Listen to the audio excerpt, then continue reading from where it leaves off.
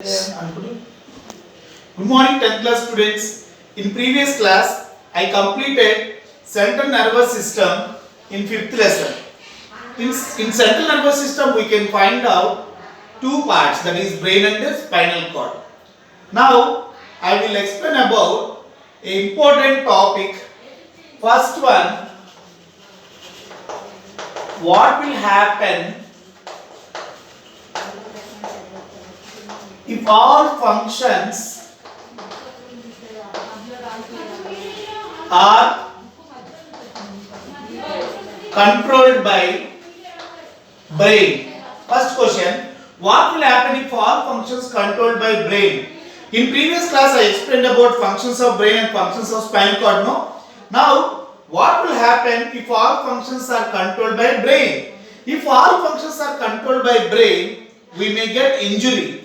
Why? Because the functions, if all functions controlled by brain, stress also may increase on brain and also we may get injury. Second question, what will happen if all functions are controlled by spinal cord? Do you know, if all functions controlled by spinal cord, we may do some mistakes, because all functions controlled by spinal cord are involuntary actions, means not controlled by brain. These actions will performed by all human beings without thinking. No, if all functions controlled by spinal cord, we may get some mistakes, we may do some mistakes. That's why some functions will controlled by brain, some functions will controlled by spinal cord. Voluntary actions controlled by brain, involuntary actions controlled by spinal cord. So this is about functions of brain and functions of spinal cord. Now I will explain about peripheral nervous system. Peripheral nervous system means the nerves which arise from brain and the spinal cord under comes to peripheral nervous system. Do you know, peripheral nervous system consists of 43 pairs of nerves. The peripheral nervous system consists of 43 pairs of nerves. In that, the nerves which arise from brain are called spinal nerves. The nerves which arise from spinal cord, the nerves which arise from brain are called cranial nerves. The nerves which arise from spinal cord known as spinal nerves. If you will observe cranial nerves, 31 pairs of cranial nerves present in human body. Spinal nerves, 31 pairs of spinal nerves, 12 pairs of cranial nerves. 31 pairs of spinal nerves, 12 pairs of cranial nerves. In that, 10th cranial nerve known as vagus. It is very important, which controls heartbeat. There are 12 pairs of cranial nerves which present in human body, which arise from brain. In that, the 10th cranial nerve known as vagus, which controls heartbeat. So this is about peripheral nervous system. In peripheral nervous system we can find out majorly two roots, means nerves, that is dorsal root and second one is ventral root. If you will observe the picture, we can find out two roots which under comes to peripheral nervous system. One is dorsal root, second one is ventral root. Two scientists called Charles Bell and Francois Magendie. These are the two scientists which research on dorsal roots. Two scientists One is Charles Bell and second one is Francois Magendie. They works on dorsal root. So these two scientists cut the experimental animal. They taken some animal, experimental animal. We don't know what that animal is. They cut the ventral root of experimental animal. During this time, the animal does not show any reaction. They cut the ventral root. They cut the ventral root, but there does not show any reaction. But they showing movement, muscular movement when they touch the dorsal root. When they touch the dorsal root. Based on this, they concluded that Charles Bell and Francois Magendie concluded that dorsal root helpful for sensation, ventral root helpful for movement. According to these scientists, dorsal when they cut the ventral root, the animal does not show any reaction, and they showing much reaction when they touch the dorsal root of the experimental animal. So this is about peripheral nervous system. Now I will explain about last topic in nervous system, that is autonomous nervous system.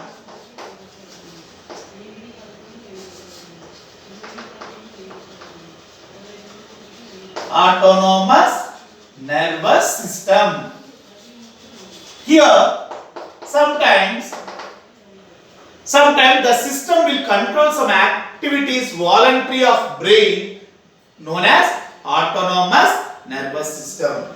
There are autonomous nervous system means sometimes the nervous system control some activities voluntarily of brain, that is known as autonomous nervous system. For example, examples of activities which performed by autonomous nervous system is, for example, if you will go to a dark room from a bright color light room, what is the change you notice in your eyes?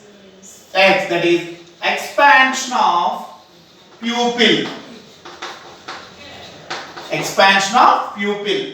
When you will enter into a dark room from very bright light, our pupil may expand. This is helpful to send maximum light inside of the eye. So this is the expansion of eye controlled by autonomous nervous system. Means autonomous nervous system means the system which controls involuntary actions. Sometimes it also controls voluntary actions. Both actions will be controlled by special system known as autonomous nervous system. Voluntary actions like movements of hands,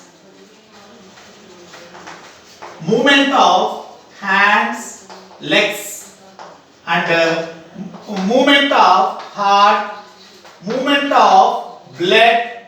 So for example, if you take movements of hands and legs are known as voluntary actions. Involuntary actions like movement of heart, movement of blood in blood vessels, all these are involuntary actions. This means autonomous nervous system can control voluntary actions and involuntary actions.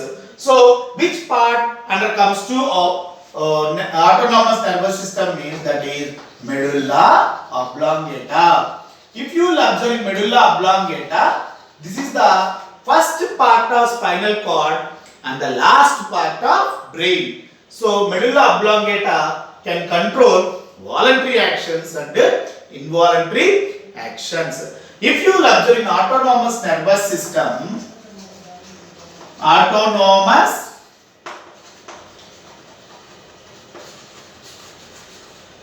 we can find out two divisions in autonomous nervous system, that is sympathetic nervous system. Second one is parasympathetic nervous system. So if you will observe in autonomous nervous system, we can find out two divisions, that is sympathetic nervous system. Second one is parasympathetic nervous system. Medulla oblongata is the part which undercomes to autonomous nervous system. Medulla oblongata is the last part of brain and first part of the spinal cord. Already explained the previous class. If you will observe in cerebellum, we can find out two parts. If you will observe in hindbrain, we can find out two parts, that is cerebellum and medulla oblongata. Medulla oblongata later continues as a spinal cord. Means this is the last part of brain and first part of spinal cord. That's why it can control some voluntary actions like movements of hands and legs like brain, and it also controls some involuntary actions like movement of heart, movement of blood in blood vessels, and expansion of pupil and dilation of pupil. All these actions are called involuntary actions controlled by spinal cord. So medulla oblongata sometimes controls voluntary actions like brain, sometimes controls involuntary actions like the spinal cord. If you look in autonomous nervous system, we can find out two divisions, that is sympathetic nervous system and parasympathetic nervous system.